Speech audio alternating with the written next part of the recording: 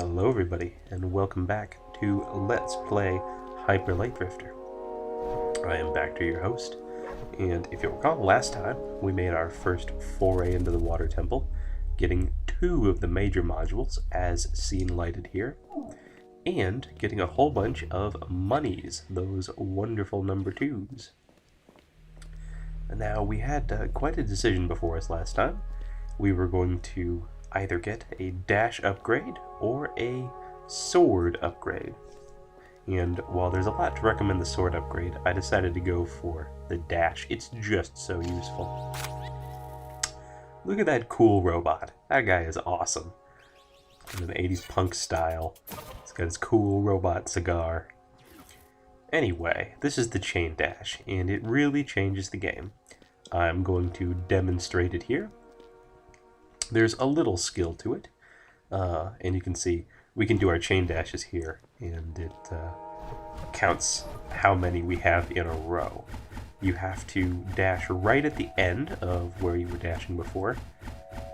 There's a bit of timing to it. It's not so hard to learn, but in order to get the prizes here, you have to first chain dash 100 and then 800 times for the final upgrade. So I will get the 100. The 800 I may leave for a bonus video, or I may just never do. I've never gotten it before. This is sort of the secret cheaty way to get it. If you position your mouse cursor just right, you can dash exactly back and forth, and then you don't have to worry about moving the mouse around. You can only just press the dash button. You'll never have to dash like 78 times in a row, and in fact, that central column there is refilling my energy. Normally you can drain yourself of energy and then be unable to dash farther. So there's our prize. Another piece of money. And you can see there's a skeleton up there. It, not to spoil things, but you get an outfit for doing the 800 dash, which, again, we will not be doing now. I said before that the central town was one of my favorite things. And just take in how eclectic it is. You know, there's just something for everybody here. Even that little dog, if you're into little dogs. So, with this loadout, we will be able to tackle a bunch of stuff we didn't get last time in the Water Temple. I like how we have some tech and some things that they don't really explain, to begin with at least. They don't show where we got our sword, where we got our robot buddy, how we have that little future iPad tablet thing that we can bring up. You know, we're given weight and history as a character. And we're also allowed to dash right off the edge if we want.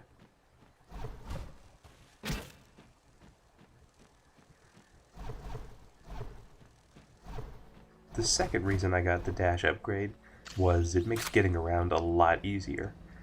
I'm hoping this isn't too bad on the eyes. It doesn't give me any kind of vertigo to play, but I could understand. If it's bad, let me know in the the thread or the comments, and I'll try not to dash as much, but it definitely makes getting around much easier. And I'm getting trapped like a big old dummy by that explosion.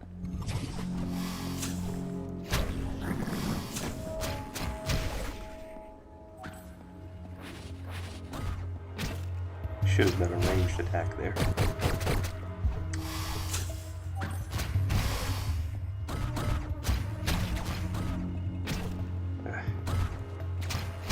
I'm getting a little better. I promise I will be amazing by the end. No, look at me using up all my health packs. Chain dashing is also just so great for fights because you can really put enough distance between yourself and the enemies. Well, I won, but not what I'd call convincingly.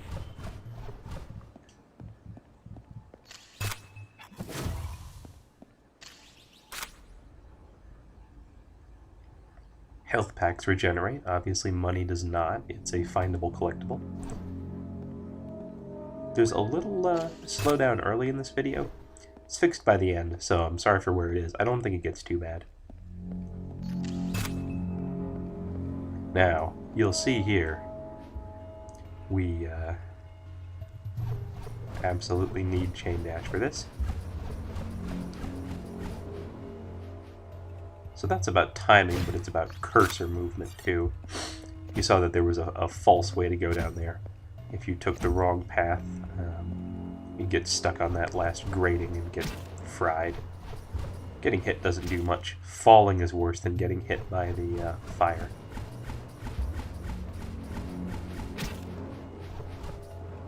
You take one hit from there.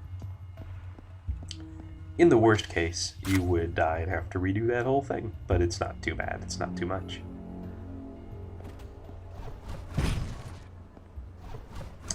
If you remember,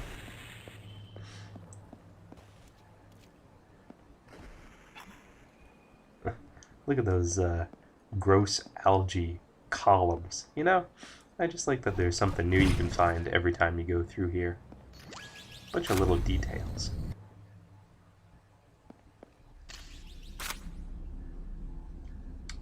There was another secret down there, but that'll have to wait until we find a key.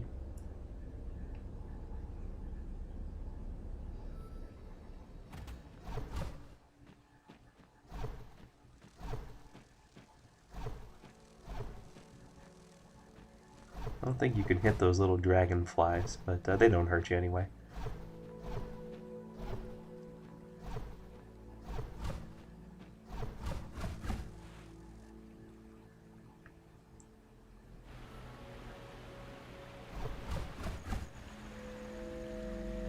Now, for these two doors, we don't have the 3 major modules necessary to go in the right-hand one. And we still can't go up north, that way is still blocked to us. So the only real path forward is through the left-hand door down here.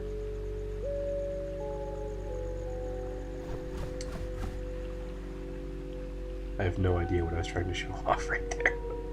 I don't know, something about the waterfall? There you see, we can see how many major modules we get versus how many we need. I think the one that we just entered here has no requirements to enter. You can always go in, even if you haven't been observant. We'll have to find a way back to get that little bit of money. Can't jump off the edge here.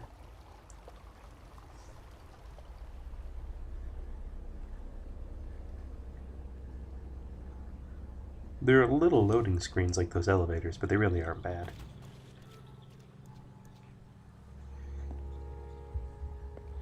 That was a little too obvious. We won't be able to go down there until later. Don't worry, though.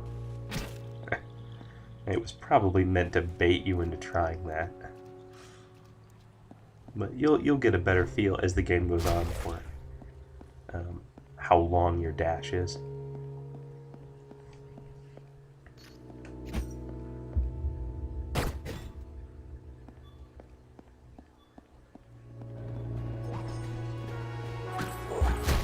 Really wish I had a grenade for this spot.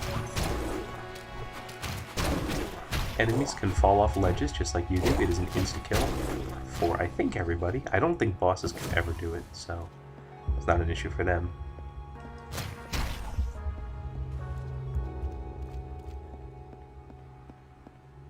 So there's a lot of different ways we can go here. This pathway branches out all over the place. That big cool water wheel. We could power that up and go south. Or look at that little box right there, indicating, there we have it, a hidden switch.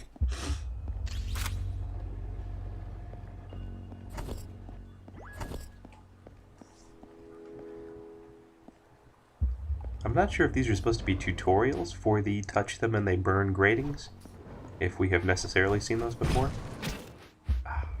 Should have timed that better. Or spaced it, rather.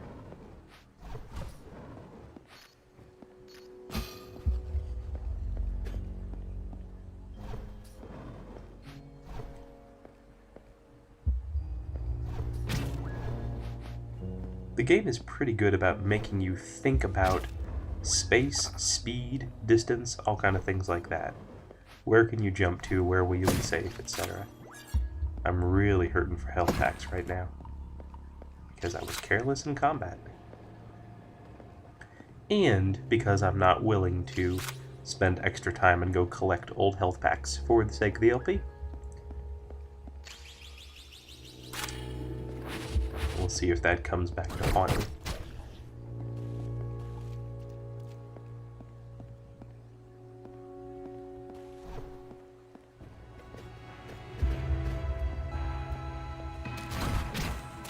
That is so embarrassing to be hit by one of the little green guys so well.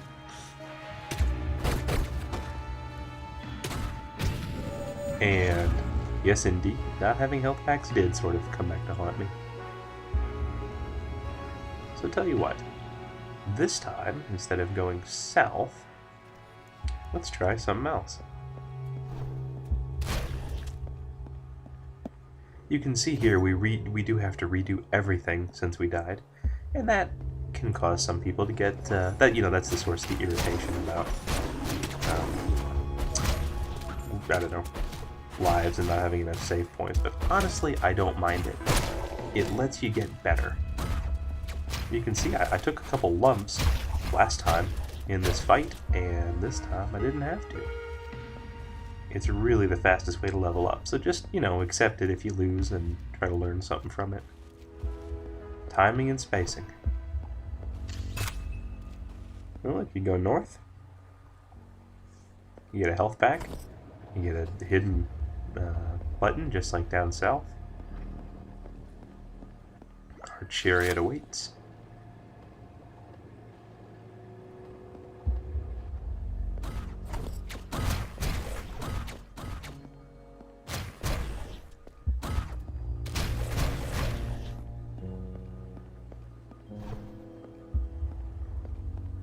Yeah, I see that box and the area over there. That is way too many keys. There's no way we're going to be able to open that yet. There's a body in there, and those sort of purple-black anti-rain. That means it's something important. Maybe a key, maybe something cooler. We'll be back for it.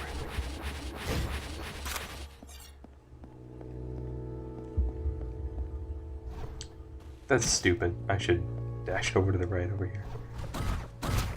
And they do like to refill enemy areas just to make it not boring to retread, which I appreciate.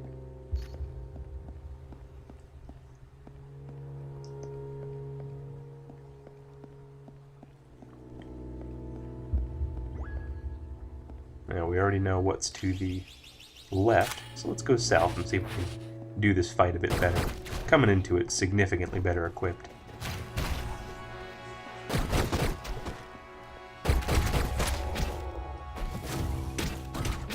I should have gotten to safety there, but I think I panicked at the idea of dying again, and so I kind of wasted a hit.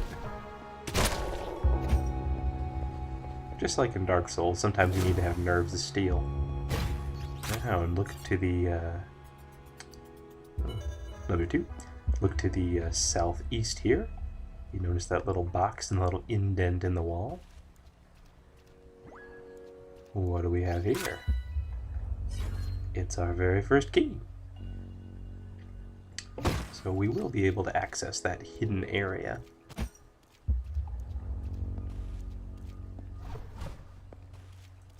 Each of the four corners has a set number of keys, a set number of tablets like we saw last time, and a set number of monies. Of Roman numeral 2s, whatever those things are. I like the little diamond designs that follow us when we dash. Now, here, we're about to see one of the great frustrations of the game, which is, this only happens a couple times, but I can jump up here, and I cannot jump back. I think it's technically possible. It's like pixel perfect, or at least near it.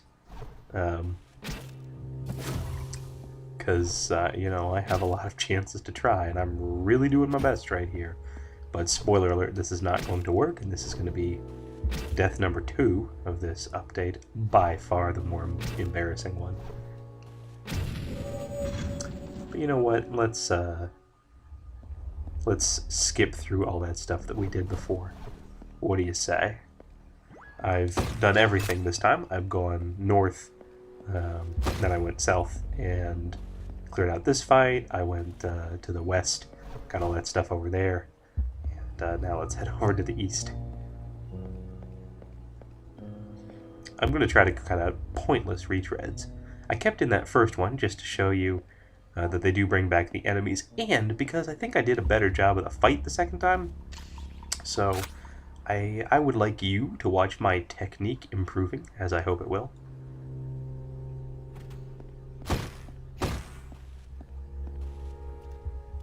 I like that even the hittable stuff changes.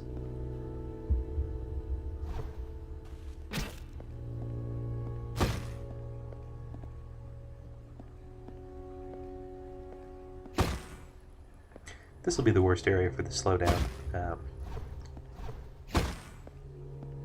Hopefully it's not too bad to watch. Now here's a new guy.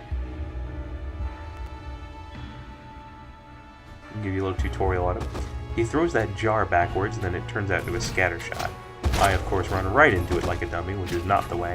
The best thing you can do is dash past the jar so that it explodes and fires behind you. Alternatively, you can dash up or down, depending on where you are from him. Dash away, basically.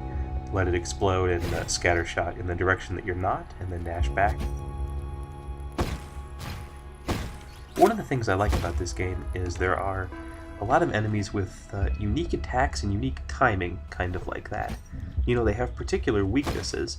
These guys, until you learn how to deal with them, can be really frustrating because that scatter shot is it covers a lot of ground. But there's certainly methods to deal with them.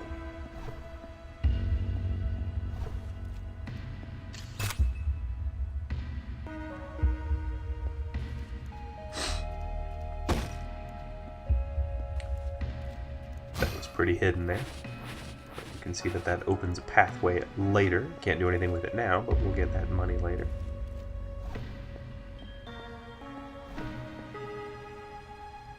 I don't think there's any point in jumping up there, even though some of those spaces have bamboo and some don't. Makes you think that there's something on the right-hand ones, but I really think there isn't. Also, I think at this point I was worried, or just before now, I was worried that those grates were going to have flame coming out of them, but no such. They're just part of the scenery.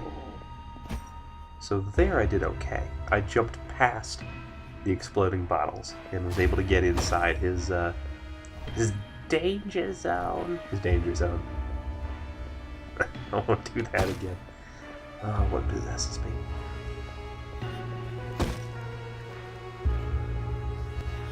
So there's a big fight right before the major module we can see coming up.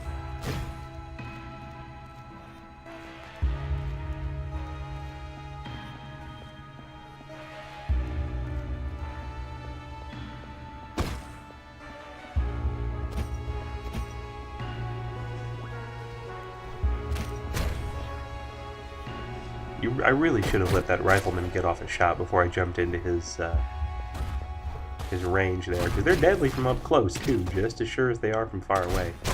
There is eventually a dash upgrade that makes you invulnerable to projectiles while dashing. That is nice.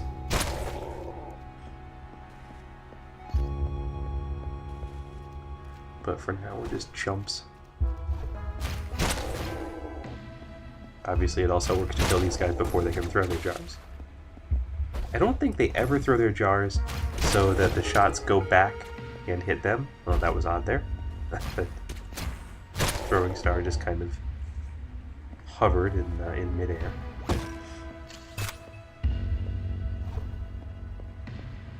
There's not many graphical glitches in the game. I was able to get through it without a terrific amount of difficulty.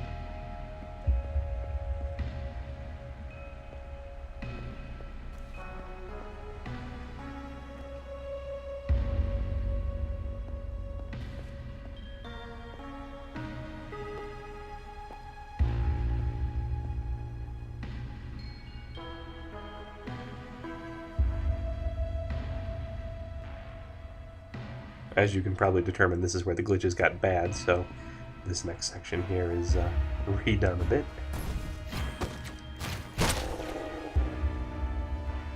And Now you'll see me going for the big fight.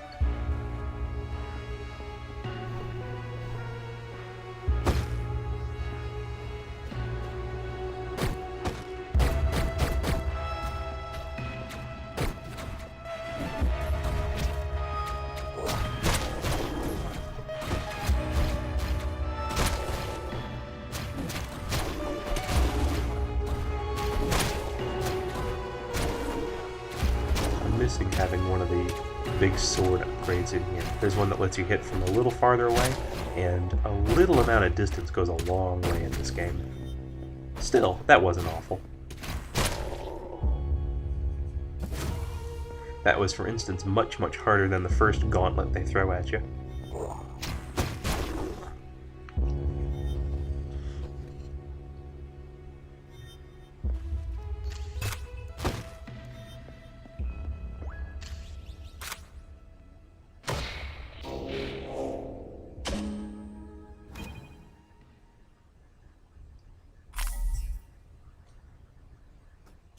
And with 3 down, that's all I need to go in that 3 diamond door. Again, you'd think there was something to do over here, but I don't think so. They plant in these things sometimes just to catch you. You know, it's like they want you to suffer. I know I've said this a couple times, but people do make a lot of bones about this game being extremely hard, you know, too tough and stuff like that. And I really don't get that vibe from it. It's difficult, certainly, and even unforgiving sometimes, but fair. You know, if you learn how to play by the game's rules, then I'm sure there's just madmen out there who've done this whole game, you know, completely unscathed, never taking any damage or anything like that. I'm sure there's speedruns of it. I should look and see what a really good speedrun is and see if I can link you guys to it, because I bet a true master of this game is really worth watching, just because it's so technical.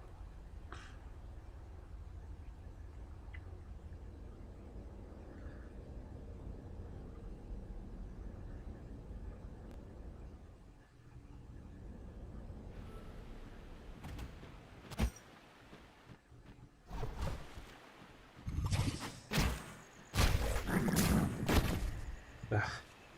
Really should have kept an eye out and remembered that those guys explode. I'm not always the best at these. And yes, if you see something that looks like you can dash to it, you can almost certainly dash to it.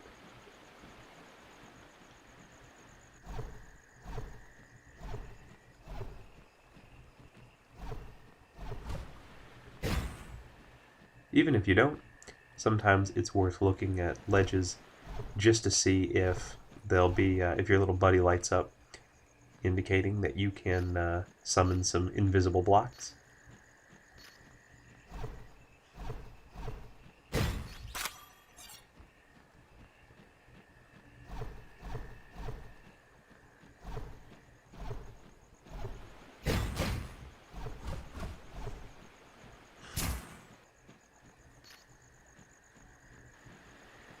Now look at that over there. I saw that little box there indicating that there was a secret. And sure enough,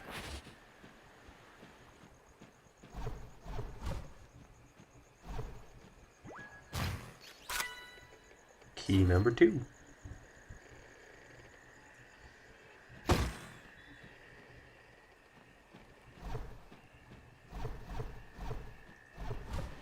I've said before, generally, the better the secret, the better concealed they are. That's not always true.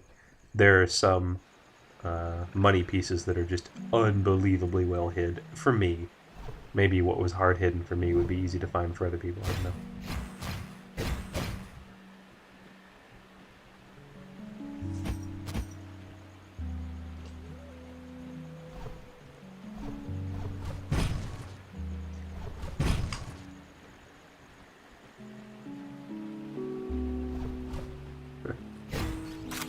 I debated long and hard the first time I played as if I could jump on that lily pad. I didn't need to, I only would have lost a life even if I'd been wrong, but whatever. Maybe I was low on health when I was by here, which is certainly possible at this point in the game.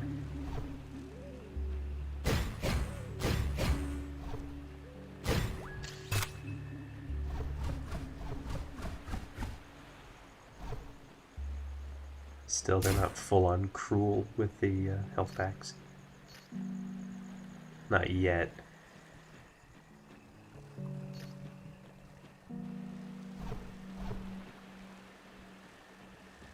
People in the thread mentioned that there were some... look at that, look how cool that is. Big old tooth golem with blood flowed out of his wound down there. That's so cool.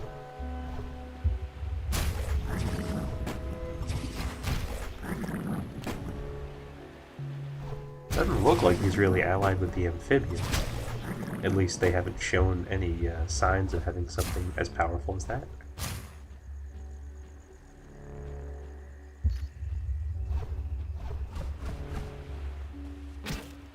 Such a dope.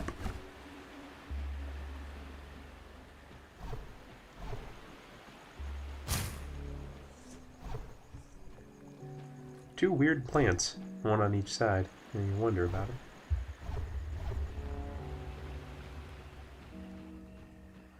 Now coming up here, I remember dying a bunch of times the first time I played through this section in particular, and honestly, I probably could have died right there. There's so many of these guys flipping around that only one of them needed to throw a shuriken at me in order to get me right there, but you unload your clip. You really should kill that frog first. I'm going to take that down hit. You really should kill that frog first if you come down here. That's good advice, otherwise he's just going to snipe you the whole fight. But that worked out better than it should have for me. That was really the place you needed that big wind-up strike, or a grenade. Either one of those two would have made that fight much better, and you'll be seeing that as time goes on.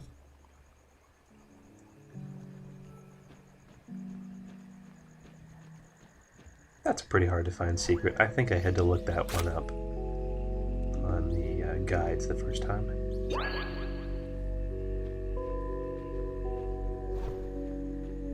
And there's a little box down there, as you can see, but I sure missed it. And now we're back to the teleporter. And we couldn't get to this door before. Always worth checking. There's even a little box over there, so I wonder if there isn't something that I missed. I'll come back and look later.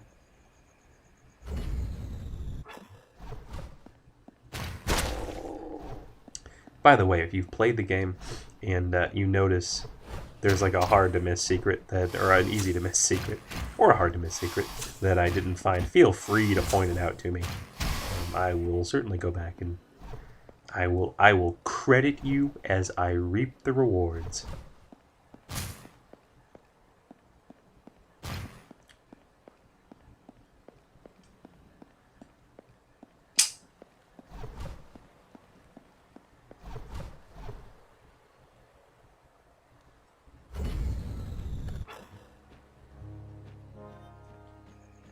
So I said before that in general I would cut out repetition if it was, you know, interfering with the enjoyment of the LP or anything. Look at this, we need all 8 squares to get through here. Each of the 4 sections has an 8 major module door. Behind it sort of lies the final challenge, I guess you could say. It's never the boss of the stage, it's always sort of a bonusy kind of deal.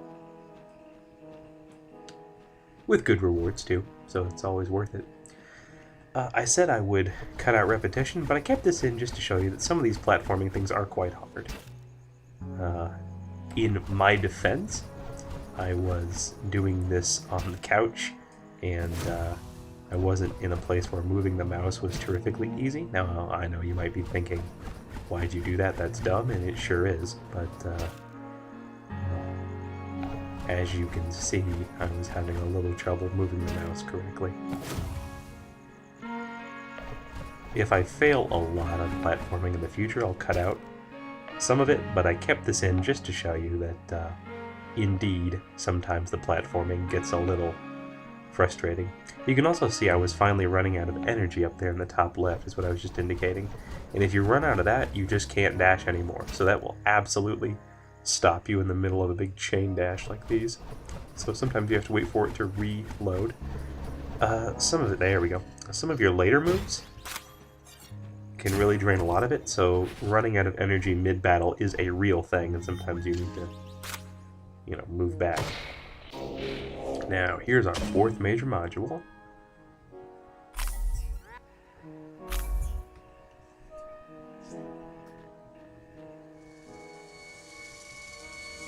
And oh my.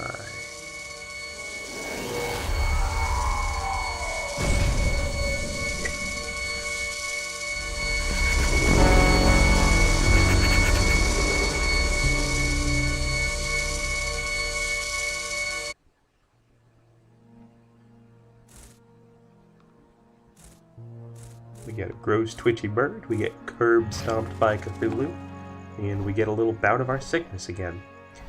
The first time you play, what will probably happen is you will get your 4th major module after defeating the first boss, because you'll probably only find 3, and then finding 3 major modules lets you unlock the path to the boss, basically. And so you'll think that defeating the boss gives you that little cutscene, which would make sense, but no, it's only getting the 4 major modules. And I think, actually, you might be able to do some advancement only unlocking those 4. But the boss of this level will certainly not be allowed to continue existing while we're around. Still haven't found how to get to that bit of money down there, so that'll be something to keep in mind. However, there's one other thing. I'll cut off some of the backtracking as well, but I kept this in just to show kind of the typical path you might take. Also because it's not that bad backtracking-wise. But if you remember, we have our key now. And because after we handle this little bit, all that's really left is the boss path and then the associated secrets and bonuses that come to us afterwards. I think I'm going to save that for the next and final update of the Eastern Corridor. I guess I don't know if I'll make it to the end bonus challenge next update. There will either be 1 or 2 more videos. But I will say after next update we will certainly be moving, look at that little secret there. We will certainly be moving to our next area after next update.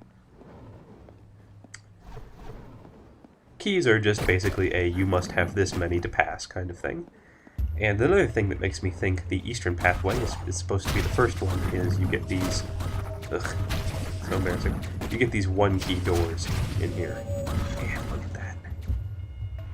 Stomped to the curb. That's fine.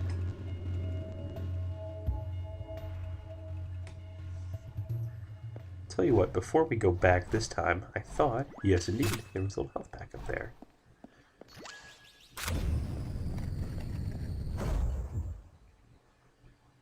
Things tend to go either very, very badly or very, very well for me in this game. Either I don't often just barely skate by an area, I'll say that.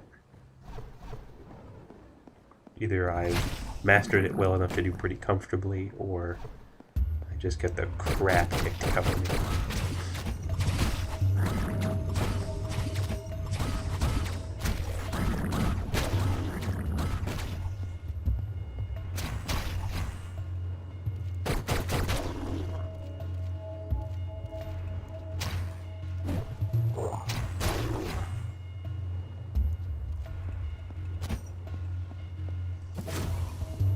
It's very dangerous to be ganged up on in this game because you rely on timing so strongly for attacking enemies that if you've got 5 guys all attacking you at different times, it's just real hard to keep them all in your head.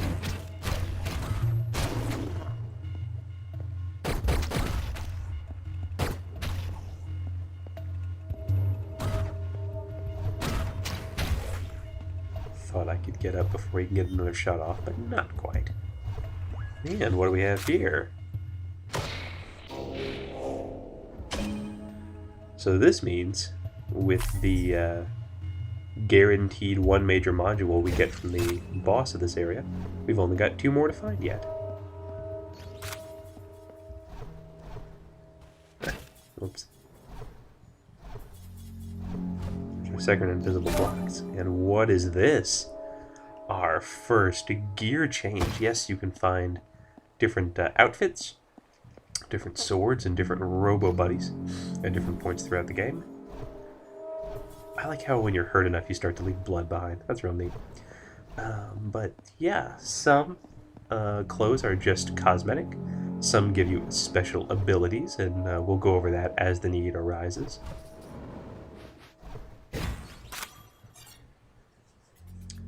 And isn't that nice? We now have our third money, our third numeral. I've really got to come up with a standard name to call these things. But I think because we have 3, if we had ended up with only 2, I probably would have gotten the grenade. If I had ended up with 3, as we did, I'm going to get the big wind-up attack with the sword. It does a lot of damage. Oh, I went the wrong way there, so I cut that out.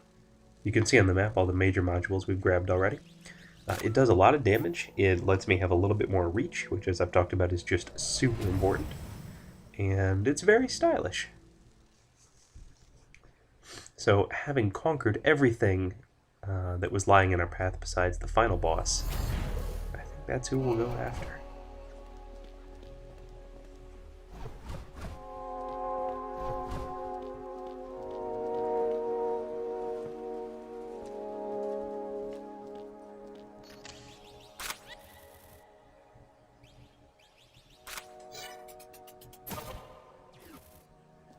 A cool little ferret guy there.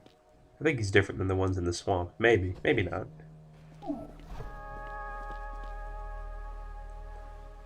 We will head over to the sword fighting area to practice a bit. You can practice your sword in here too. Look at that big old wind up. You can see it takes a big chunk of your energy off, so that's something to keep in mind. You can't just spam it in a battle. Also, you can't move, or I think you can just barely shuffle when you have it out, maybe. Anyway, your mobility is drastically reduced. You can move while you do your first sword swipe, and then sort of scoot a little bit while you have the second one ready. And that positioning can be important for fast-paced fights. But that attack is big, it kills a lot of things quickly, and it's just overall great. So let's change our loadout here, get another little cosmetic difference.